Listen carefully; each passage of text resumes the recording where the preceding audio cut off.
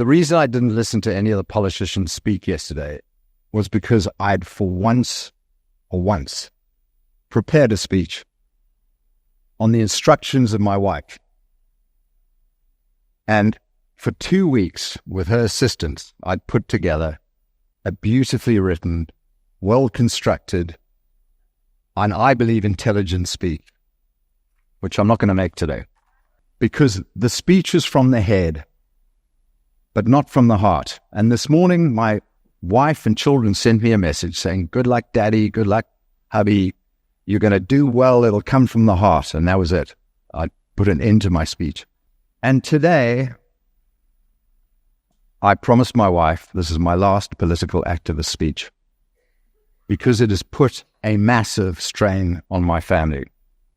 I've enjoyed moments of it, but I'm not thick-skinned like those incredible politicians yesterday who put up with endless attacks and horrible situations. And you know the expression, if you stare into the abyss long enough, the abyss starts staring into you.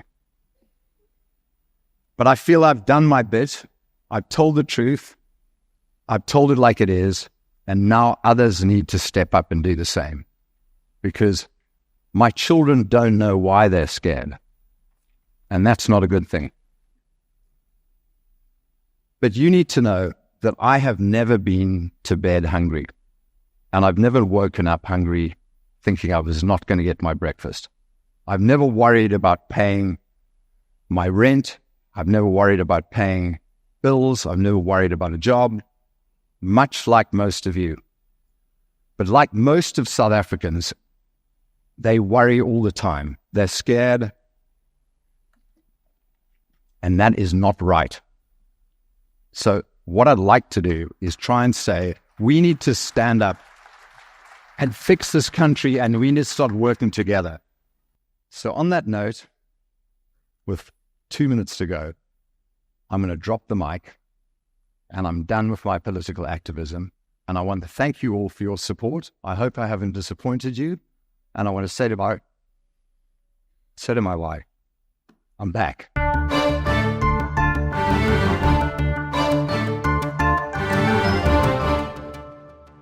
Rob, I know you're a big fan of Jordan Peterson. Yeah. And perhaps his thesis, his most important thesis, is that the world is made up of order and chaos. Now, to many people in society, you are Captain Chaos. You come to the party, you disrupt. You say, let's do things differently. You say things as they are while nobody else wants to. Is with your speech today about, hey, let me get a bit of order, or do we need a bit more order given that trade-off? So you either believe that the world is stable and external elements create the disruption, or you believe that the world is fundamentally unstable and has to be pulled together all the time to hold it together. I believe that it's fundamentally unstable, and we're continually trying to fix and keep things together.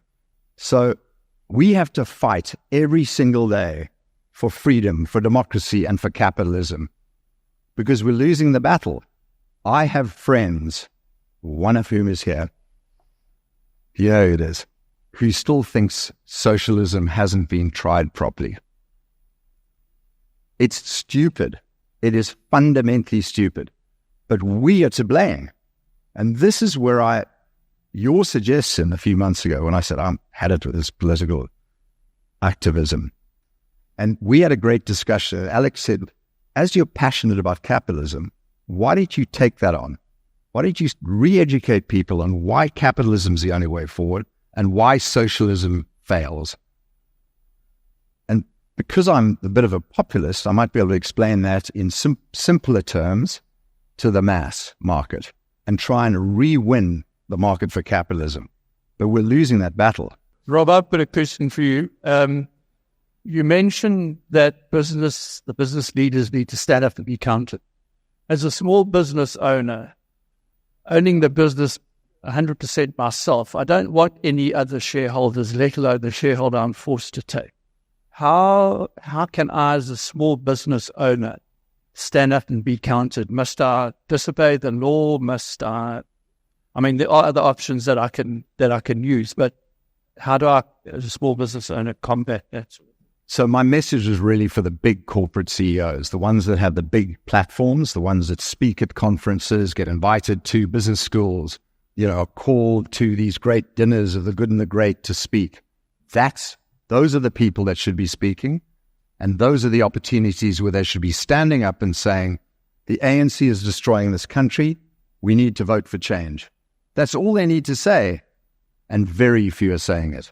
But for a small business owner, thank you, for a small business owner, it's much harder. You don't usually have the platform to speak.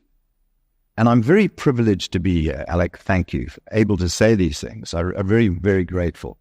But for a small business owner, I think the best you can do is put whatever money you can behind the DA and the coalition partners. Try and get all the people that work for you to register and to vote. A bit late for that. At least try to get them to vote. And that's the best you can do. But I'm calling out the big corporate leaders, and they know who they are.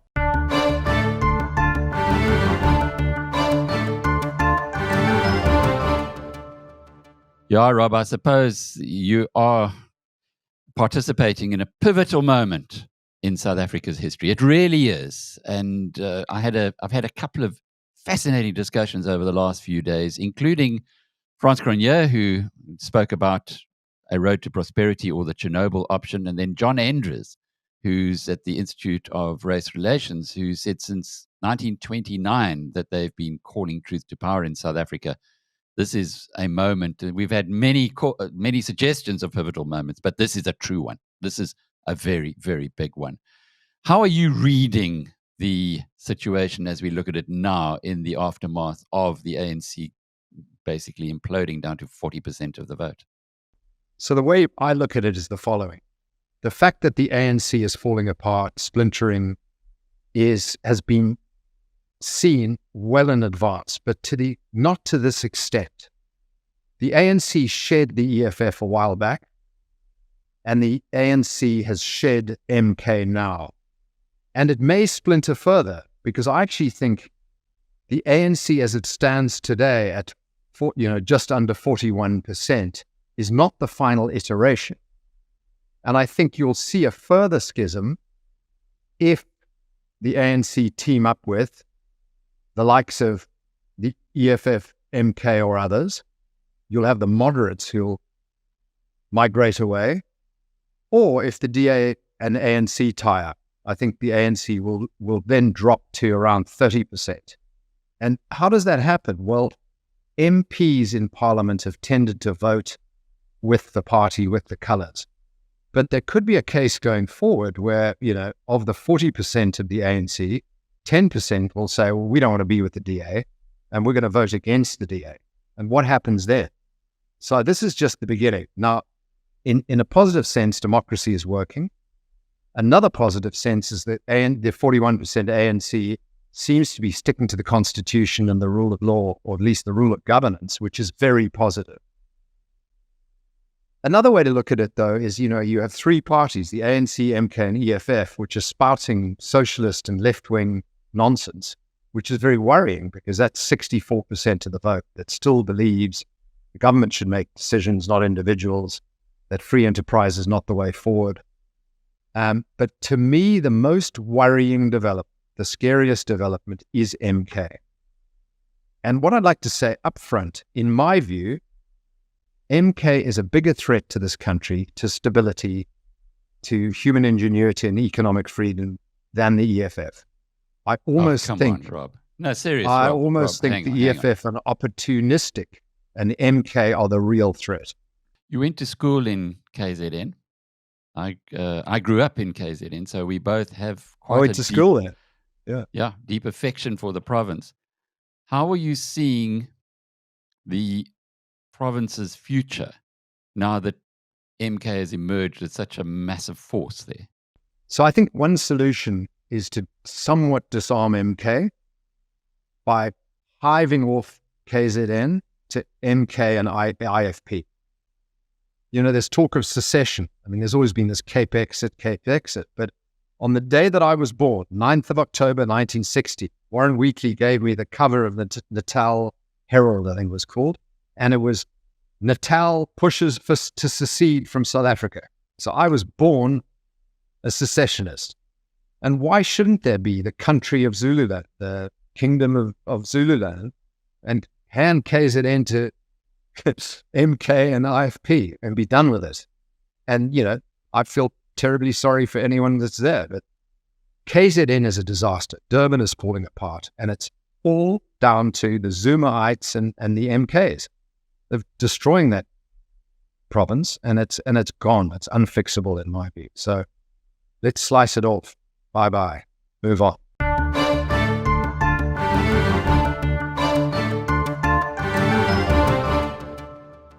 What about this government of national unity? It's not just Gayton showing them up. You mentioned earlier Leon Schreiber. Dean McPherson seems to be doing a very good job as well. We haven't heard anything from Steenhuisen, but I guess that's not surprising. He's got other responsibilities, one presumes, as the leader of the party. What are you making of it? So I think the DA have a policy of delivering results, keeping quiet, and then making, maybe at 100 days, they're going to make a big announcement of what they've achieved already. And I think that's a smart thing to do. The DA be quite quiet and measured about what they've put in place in the press. But I think there's going to be a big announcement, probably in the next 30 to 60 days, of what they've already achieved in the first 100 days. And it'll be hugely impressive. The DA were given some primary portfolios and a lot of, in my view, secondary portfolios. But then they got, the DGs in probably more important portfolios. And they're going to be showing the ANC up incredibly. I mean, the ANC are going to be seen to be, for what they always are, incompetent and, in some cases, criminal. It's going to be a bit of a shock to their system when the DA actually announce what they've done and what the ANC haven't done for 30 years. And Gayton will too. The GNU will hold together, in my view. It'll hold together at least until 2027. And the two things are going to happen in 2027. You're hearing one of them first here. And you remember that I made a prediction that the national election was going to be May the 22nd. And I made that 6 months before. I was 1 week off. Well, I'm making a prediction that the municipals are not going to be in 2026. They're going to be in February 2027. Okay? That's prediction one. But the second thing is the ANC conferences in 2027. So I think the GNU will hold together, at least until then. And who knows what will happen when we have the municipals and when the ANC conference happens. Will Cyril be recalled? Will Paul Mashatile play his cards? He is a threat. He's always been very close to the EFF. I don't know how close he is to MK. The EFF is increasingly becoming irrelevant. MK is increasingly becoming the great threat. And I think we're fine till 2027.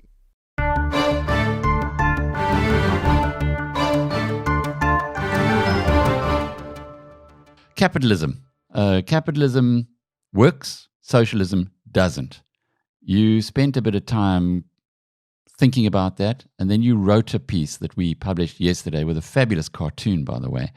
And the thrust of that is really to try and perhaps help with the education process, financial education process. And you go back to 1989, at which time the end of history. Capitalism won, socialism didn't.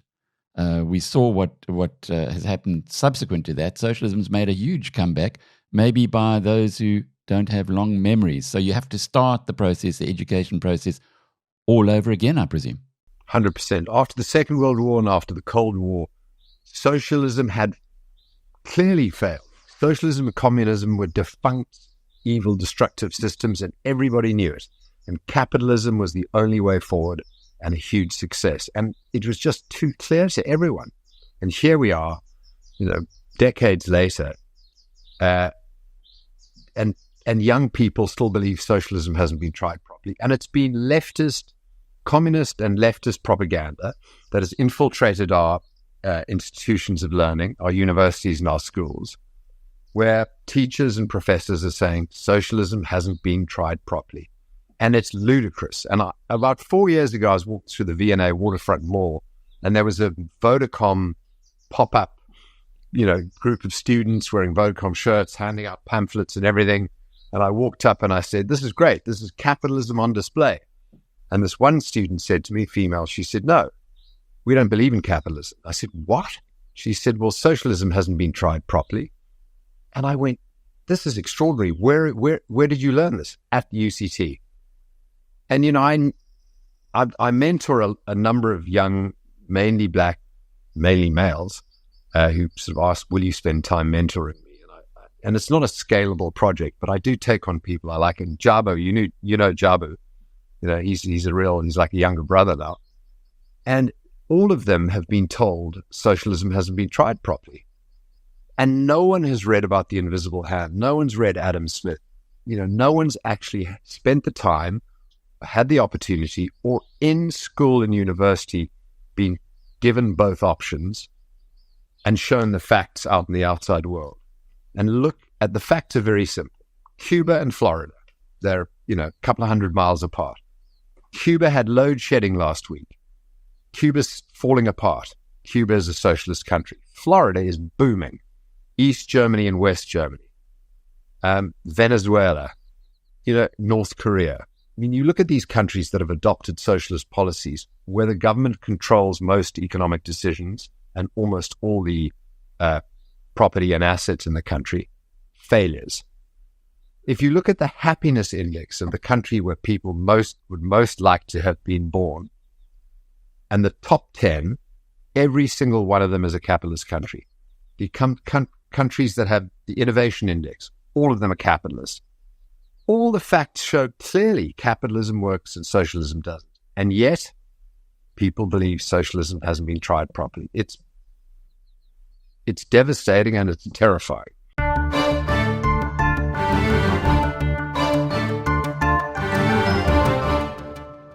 You called Trump a while ago. So did R.W. Johnson. On the 8th of October, we ran a piece for BizNews Premium. R.W. said the data shows Trump is going to win. The mainstream media in America and indeed here in South Africa just would not believe it. There were 7 states that determined or were going to always determine which way the presidency went. All of them went to Trump.